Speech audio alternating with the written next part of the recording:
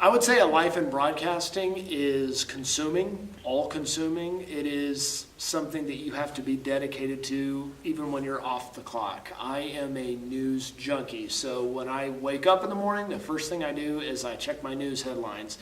Before I go to sleep in the afternoon for my nap, checking news headlines. It is something that you constantly have to be dialed into so that you are ready to provide updates to your viewers whenever you go back into work.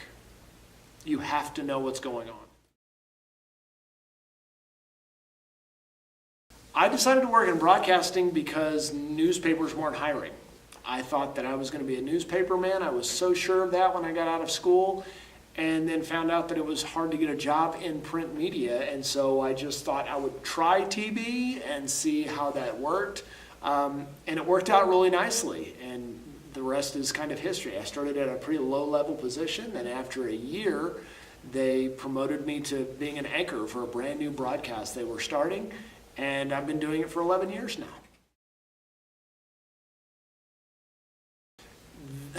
I would have worked anywhere that hired me. I mean, that's just the God's honest truth. I am glad, though, that it was Fox 34 and Raymark Communications. The main reason for that is it's locally owned. All of the other guys in town are owned by some conglomerate that's out of town that owns a lot of local media companies. But Raymark Communications and Fox 34 is owned locally. We have a GM, and it's been in his family for years. And there are a lot of good things that come with that because we don't have to there are certain things that other news agencies have to run, and stories have to present a certain way and they have to look a certain way. We really get to do what we want to do, and that's because we're locally owned.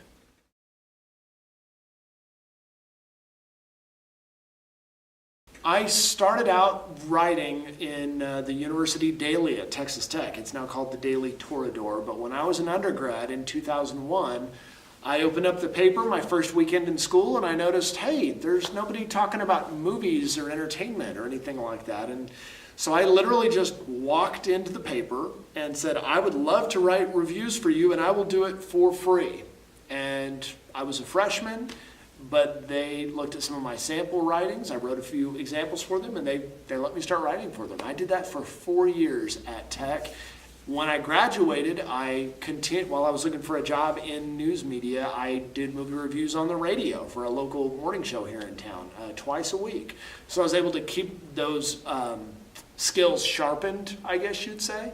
And then finally, when I got a job in TV, I was able to continue doing movie reviews and things like that. But now I'm primarily a news broadcaster. I do movie reviews still on the side just because it's fun for me, and I hope it's fun for viewers too. In this particular job, we can talk about the industry, but this particular job is very difficult on my sleep schedule. I wake up at 2 in the morning. I'm into work by 3:30.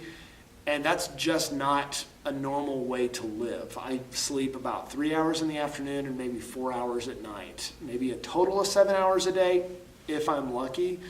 That's very difficult.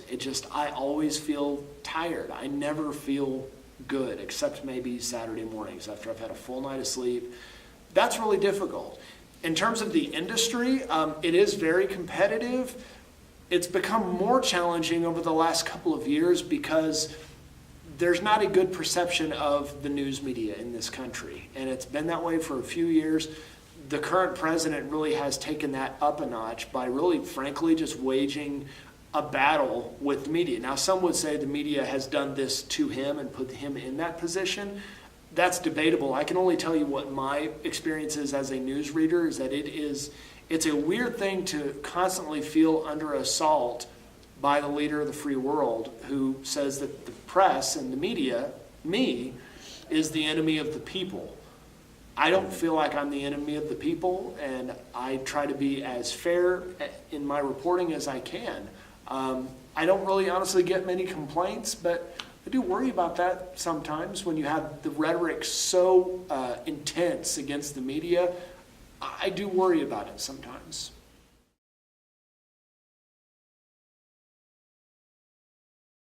First of all, I would tell you to take any job you can get. When you get out of school, take any job you can get. If it is sweeping the floors in a TV station, take that job. Because once you get your foot in the door, then you can show them how great you are. They're not going to know that by looking at your resume necessarily or looking at your clips. You really get to sell yourself once you're in the door. That's what I did. I took a weekend producing job just because I'm in the door. I didn't have any expectations about what it would be next, but just take what you can get, especially if it's where you can get it, and sell yourself once you're in the door. I really enjoy that I get to tell so many different stories in a single morning. And they're stories that matter to people who are watching, I hope. If I can make someone laugh, because morning shows tend to be a little more laid back, a little more fun. If I can make someone laugh when they start their day, or touch them in some way, that's a huge accomplishment for me. It's really an honor when I think about it. I mean, we all have our morning routines. You know, you get up, you make your coffee, you have your cereal, whatever.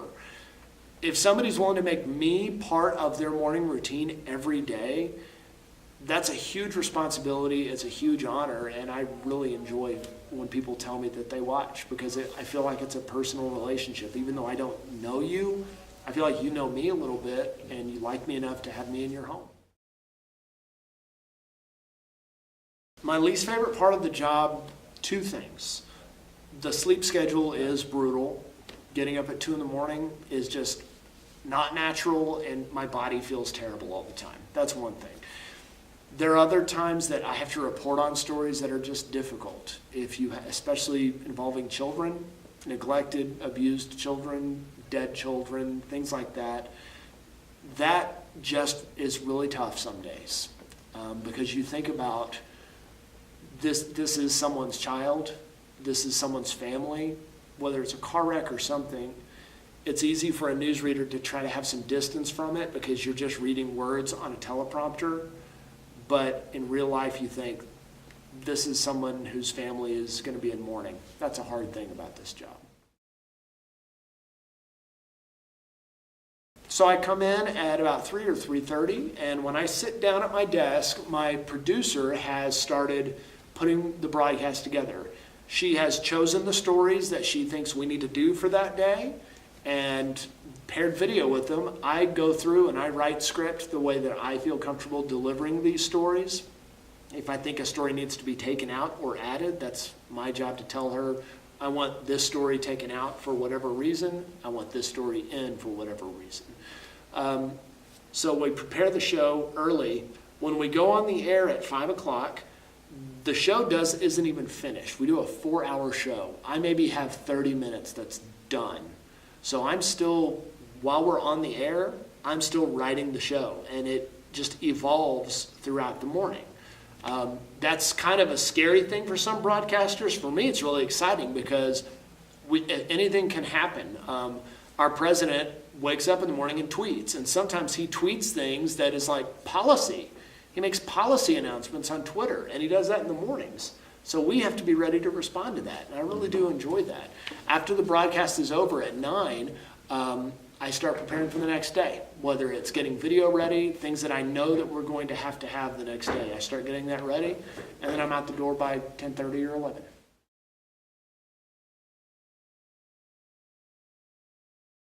Nothing. I wouldn't do anything differently, and I really do mean that. I mean, I worked through college. I didn't go to a single Tech football game in college. I had 2 jobs because I had to pay for so many different things, and I worked at the newspaper. But if I hadn't done those things, I probably wouldn't have gotten this job that I have now, and I wouldn't have been as prepared for it as I was. So I feel like I missed out on some things in college, like the traditional college experience. But when I look at where I am now, I can't say I miss going to random parties on the weekends.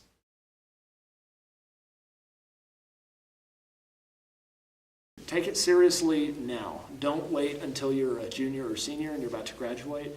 Take it seriously now.